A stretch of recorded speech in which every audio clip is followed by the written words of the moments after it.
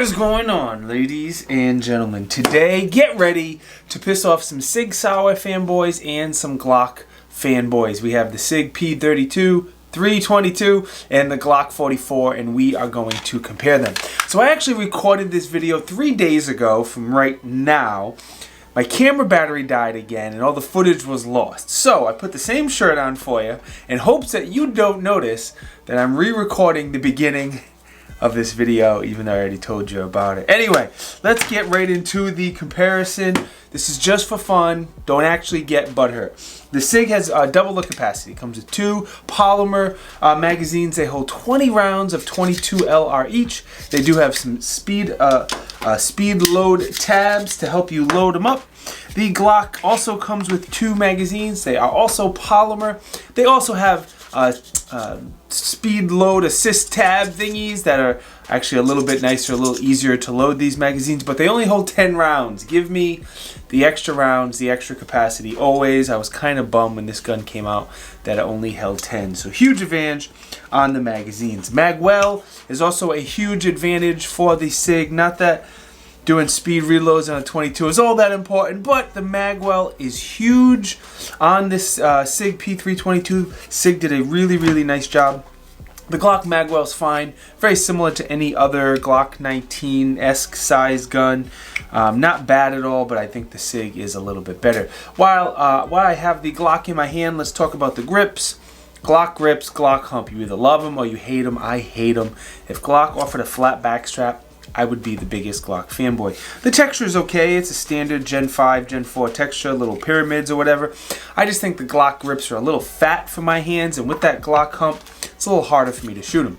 The P32 has a much skinnier, slender grip, and it's a much more of a neutral angle, a 1911 type angle, and I shoot guns like that a lot better. I also do prefer the texture. It's a lot more aggressive of a texture, and it feels really good. Looking at it, the grip looks like a very large P365 XL grip. The same kind of contours, the same texture, just a little bit bigger. So I definitely prefer the grip on the Sig. Magazine release, we're going to go ahead and call a tie. And this is where my battery died. Both magazine releases are reversible. They're good shape, good size, good texture. They drop the magazines freely. They are wonderful. So now let's fast forward or rewind to 2 days ago when I was actually making this video, and we can continue. Once again, my battery died. If you watch this video, this channel for any period of time, you know my batteries are always dying. I will try to replace the batteries before the videos going forward. I think we got through the mag releases. I called them a tie. They're very similar. I don't see any big advantage or disadvantage. Now the trigger, there is a huge advantage to the Sig in the trigger. There is no one who would feel the trigger on the Glock and say it's better. First, the Sig comes with a curved trigger and a flat face trigger. You can just swap them out, which is cool. And while it's not a competition amazing trigger for a 22 LR, it is a very solid trigger, and yes, you can dry fire both of them without any fear of damage. The Glock has an Apex, my Glock has an Apex trigger that's a replacement. The Apex is significantly better than the factory trigger, but still not as good as the Sig trigger. It's good. Apex triggers are nice, but Sig did a very good job with the triggers. So what we always do with triggers, we pause, we take a break, we get close up and personal so you can smell and hear and taste the triggers, and I'll be right back in 2 seconds.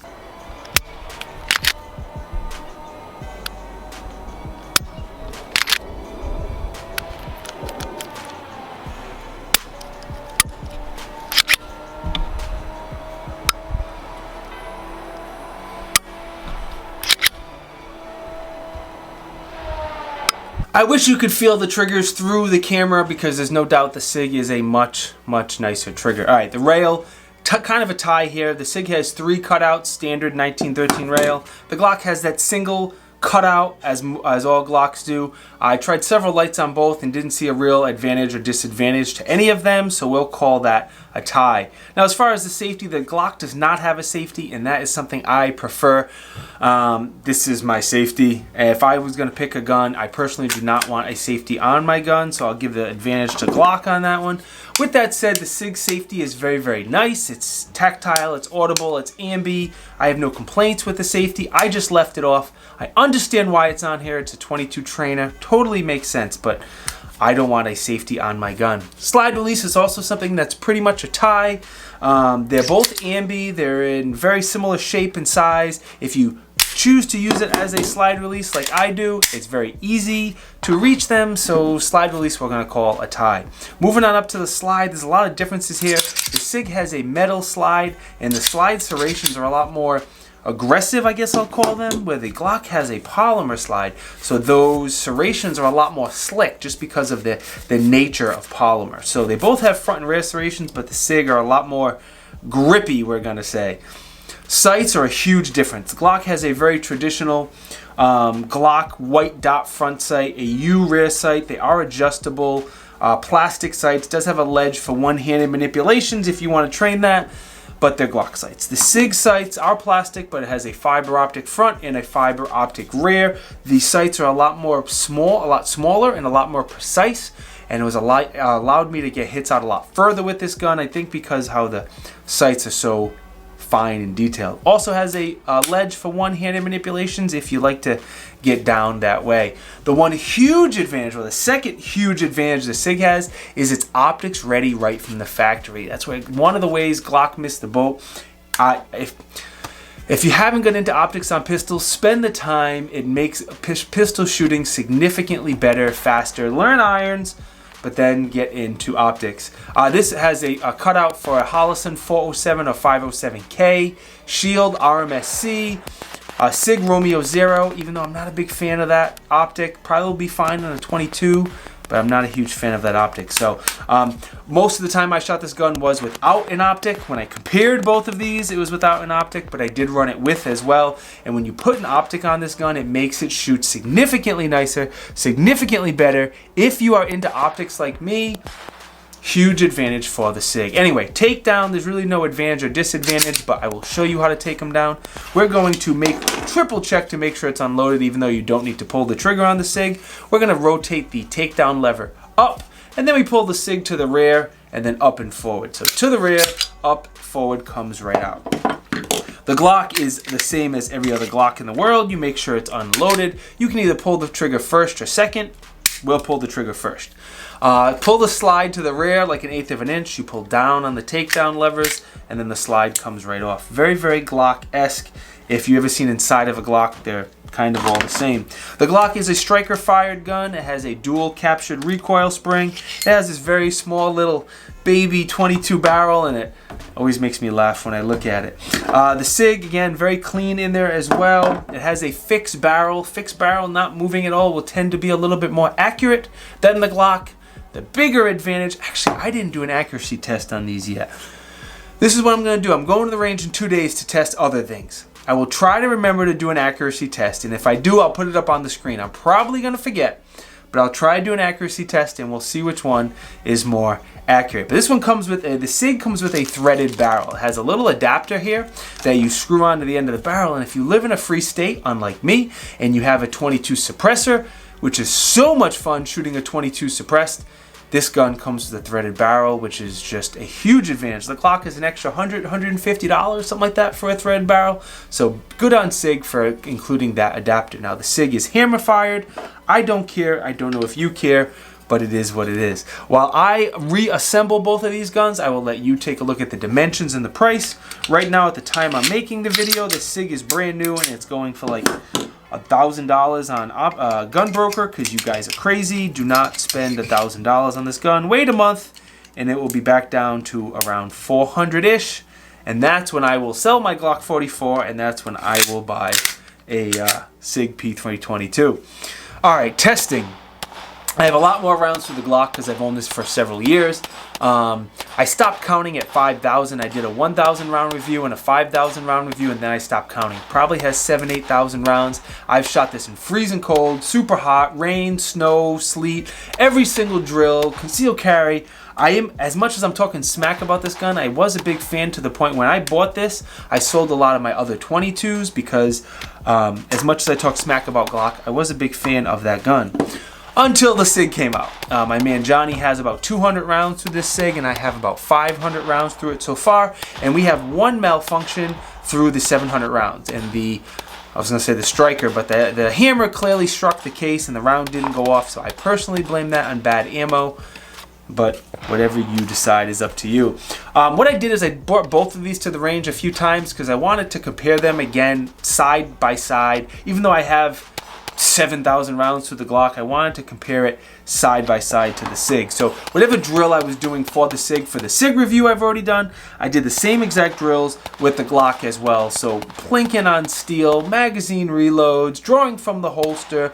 We did a lot of Mozambique type drills that day. Of course we did a lot of running and gunning, and yes, even with the 22 I did a ton of running and gunning. So you get the idea, we did a bunch of shooting.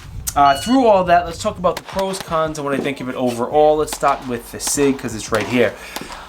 I think the Sig is everything the Glock should have been. It has a much better magazine capacity. I personally like the grip shape, texture, angle a lot better. I think the trigger is better, the serrations are better, the sights are better. It's optics ready, which is the second huge advantage in my opinion. Man, optics on pistols are just great. It also comes with the adapter for the threaded barrel. So I think the Glock should have had the threaded barrel, optics ready, and a better magazine capacity. That's my opinion. As far as pros for the Glock over the Sig, my only real pro is that it doesn't have a safety. I like that it doesn't have a safety. I think if you shoot a 19 or a 17 size Glock gun, this makes a lot of sense for you. I think Glocks are also the most reliable and durable guns as well. I know when this first came out, it had a lot of hiccups when it first came out. But since then, Glock typically makes a very, very durable and reliable gun. I gotta give credit where credit's due. As far as cons, the only thing I don't like about the Sig is the safety. I totally understand why it's on there. It's a 22 trainer. I'm fine with it. I turned the safety off after I tested it to make sure it worked. I turned it off and left it off the entire review, and it didn't bother me at all.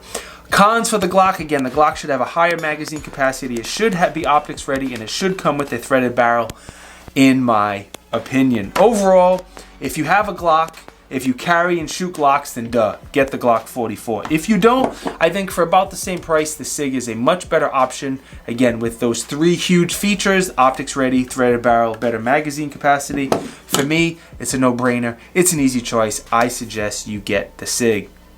Alright, I think that is everything. Affiliate links down in the video description. If you want to get any of these pistols, please, if you think I deserve it, hook me up, use those links. I do want to thank Big Bear Hunting and Fishing for giving me that smoking deal on this G44 a few years ago. I want to thank my man Johnny for letting me borrow his Sig. Very, very kind of him to do so. I want to thank True Shot Gun Club. They didn't supply any 22 ammo, but they do supply a lot of ammo to this channel. They have great deals on ammo for you, boys and girls. The affiliate link is down in the video description. I want to thank TriStar Apparel, another supporter of this channel. They have a lot of dope clothing and head wraps and patches and stickers. They make clothing for a lot of the biggest YouTubers out there, like this shirt here. One day I'll have my shirts on there when I am big enough and cool enough, but the link is down there. They have a lot of dope Pro 2A gear if you want to check them out. I started a second YouTube channel dedicated to YouTube shorts, quick 15 to 60 second videos. It'd be really cool. At the bottom of the video description, click that link, subscribe to the channel if you think I deserve it. That would be great. Dad advice. I've been giving a lot of dad advice lately, and I figured getting a lot of positive responses, so I'm gonna continue. Today's dad advice is short and sweet. It's an old school one. Don't drink and drive. I don't know. That's what just came to my mind a couple seconds ago when I figured I'd do dad advice with the expansion of Uber and Lyft. There's just no need. The nice weather's coming. We're all going to be out spring, summertime, having fun, causing shenanigans. But don't drink and drive. There's no reason for it. You'd be horrible if you killed yourself or someone else because you had a couple drinks and got behind the wheel. So don't drink and drive. More important, guys and girls, thank you very much for watching. It is truly, truly appreciated. If you think I deserve it, go ahead and hit that like button. Drop a comment. I don't care what it is. If you think I deserve it, drop a comment. Really, really helps me out. Subscribe to the channel. Enable the bell notifications. If you choose to do any of those things, they definitely help me out, and I definitely appreciate it. I'll see you guys next time. Peace.